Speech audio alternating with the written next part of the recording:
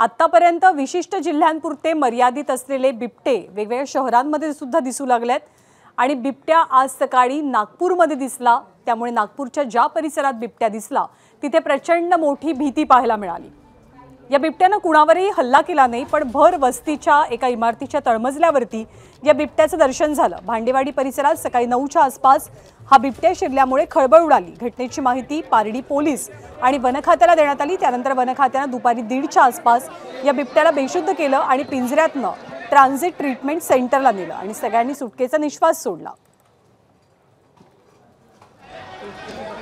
आणि पुण्याच्या अवसरीमध्ये सुद्धा, म्हणजे नागपूरमध्ये तर बिबट्या दिसला, पण पुण्याच्या अवसरीमध्ये सुद्धा बिबट्यांची टोळी पाहायला मिळाली। 3 बिबटे एकत्रित फिरतात असा सीसीटीव्हीचा व्हिडिओ सध्या कमालीचा व्हायरल झालेला आहे पुण्याच्या अवसरी परिसरामध्ये। यामुळे परिसरात भीतीचं वातावरण आहे। बिबट्याला पकडण्यासाठी वन खात्याने परिसरामध्ये पिंजरे लावावेत अशी मागणी या परिसरातल्या ग्रामस्थांनी केलेली आहे। आणि गेल्या काही दिवसांपासून सातत्याने अहिल्यानगरमध्ये बिबट्यांचा मुक्त संचार पाहायला मिळतो आहे। वन खात्याने तातडीने बिबट्यांचा बंदोबस्त करावा अशी मागणी सातत्याने जोर धरत असताना चिखली गावातल्या शेतात बिबट्यांचा असा मुक्त संचार दिसतोय। शेतकरी अक्षय वाळे ट्रॅक्टरच्या साहाय्याने आपल्या शेतात मशागत करत होते, त्यावेळेला बिबट्या शेतात फिरतोय हे सुद्धा चित्रित झालं आणि या शेतकऱ्यानं बिबट्याचा मुक्त संचार आपल्या कॅमेऱ्यात कैद केला।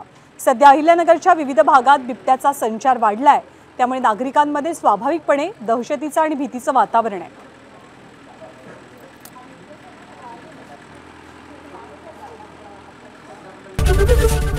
एबीपी माझा, उघडा डोळे बघा नीट।